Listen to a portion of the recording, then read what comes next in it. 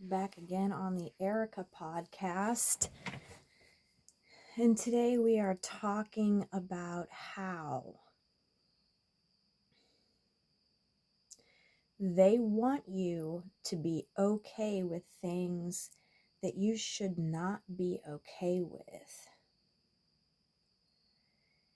And there's a freeze, a fawn. There's another one of a way that you can respond.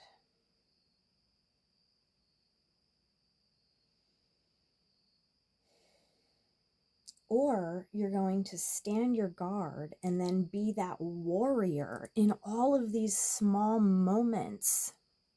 Because when God calls you to be chosen as a warrior of His loving light, you're not prepared for this. It just kind of becomes the only way. And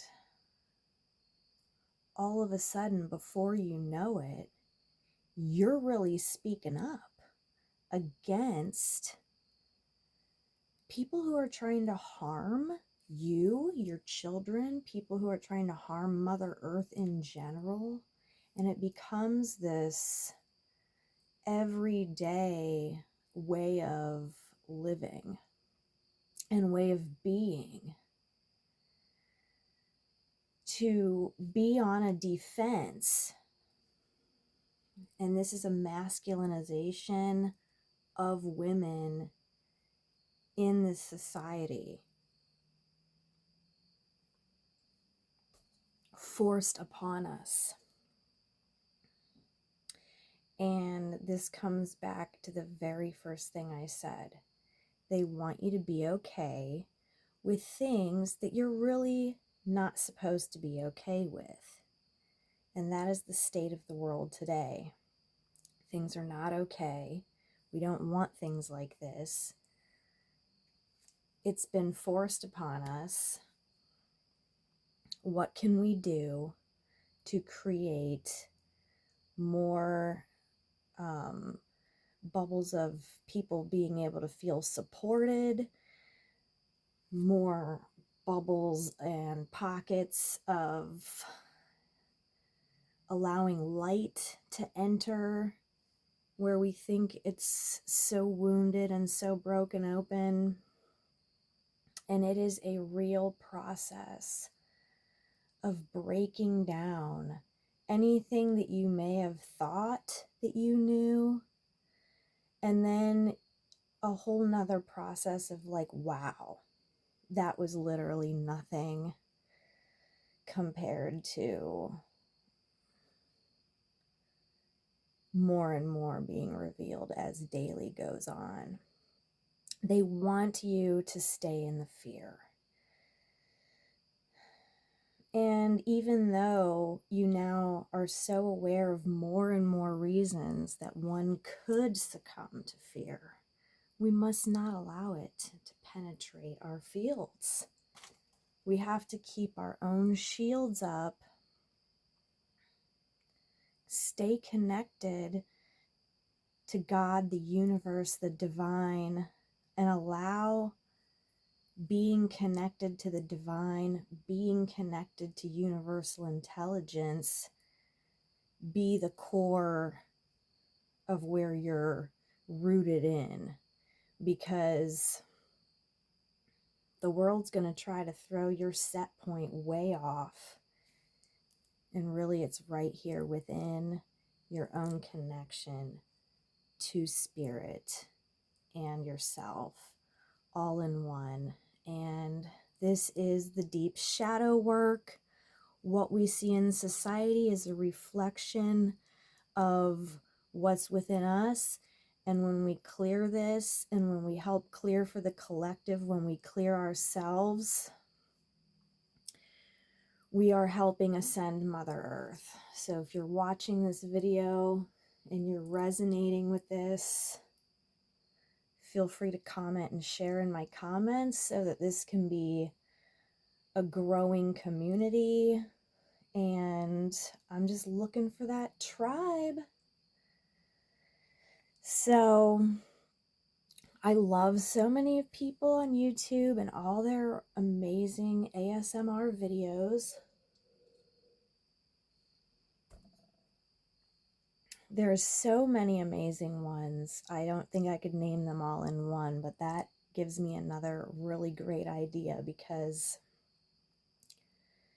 I am feeling called to share. I am feeling that because I don't have a closer friend or that Prince Charming that I had always wished for, my knowledge is just meant to be shared on a larger level, and here I am with that. So if you're mopping what I'm spilling, give it a like. Under 11 minutes.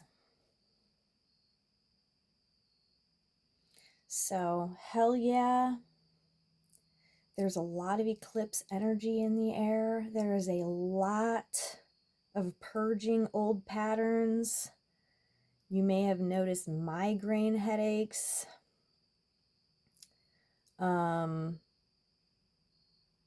Strange things going on with purging right now, and keeping these third eyes open, right? Just keeping the third eyes open. I am still aphantasic. I do not prefer that, although maybe I do, because clearly if that is something that I'm unable to tap into, there's got to be some reason for that. I really do believe that all things are also physical, and there's always a spiritual thing behind any of it. And that if you really tap into yourself, you can get those answers. However, sometimes doing so much of that does get exhausting, and it's okay to just chill sometimes and allow yourself to have a more balanced nervous system.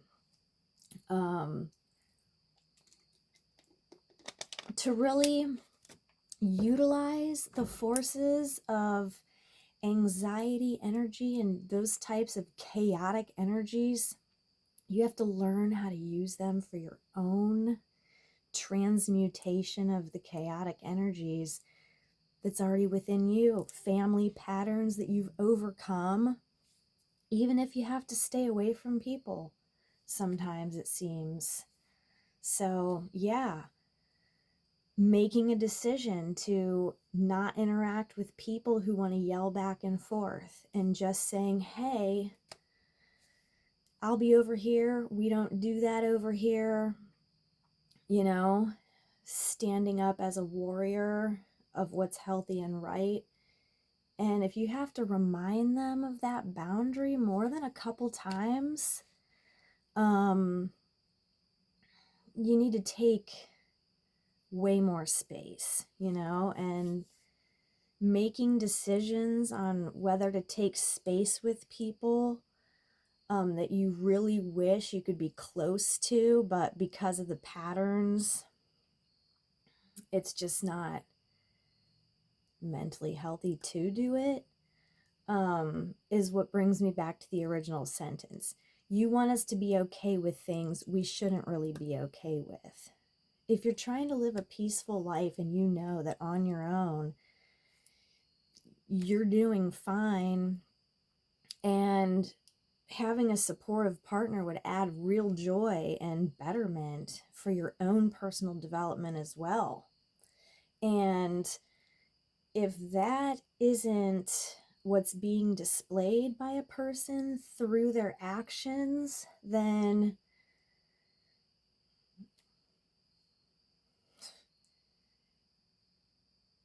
that's not okay.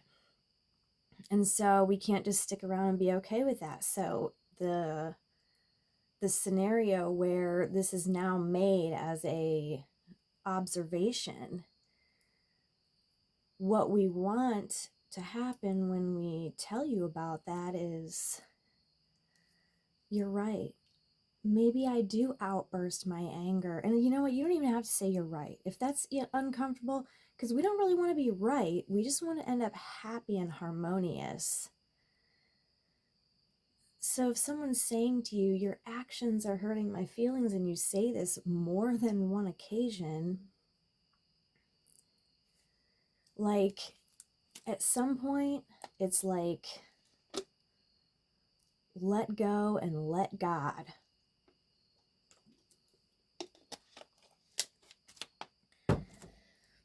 And, you know,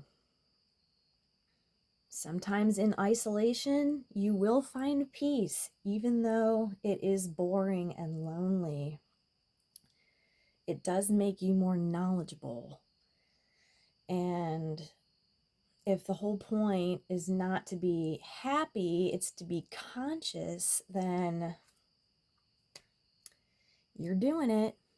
However, I think a happy medium could be achieved if the counterparts that we're trying to model healthy communication with participated in healthy communication with us back. It could work. Otherwise, sometimes when interacting with someone who uses toxic communication, you have to use toxic communication, like to one up theirs and show them the rebuttal. So it's not always a peaceful existence still. Like, you know, even as an ex or a co-parent, like, you still have to interact. It's never like a complete cutout. Even if they disappear to a different state for years, like, we still have, you always have their numbers, like, you always have that contact. And, you know, it is what it is. But especially when you enter into something not realizing what it is, that's where these lessons are learned. That's where you're going to see a lot of twin flame pain, and you're going to see a lot of that mirrored narc and empath dynamic. And they're definitely two different things, but basically on a different level, you know. It's random. If you can mirror that with random strangers, and then just get them out of their life, that is awesome. Usually if you're mirroring like that with a twin flame to a twin flame, they're not going to get out of your life so easily. It may go on years. It's not like a random person that you just kick to the curb after a few weeks. So that's a whole different thing in and of itself.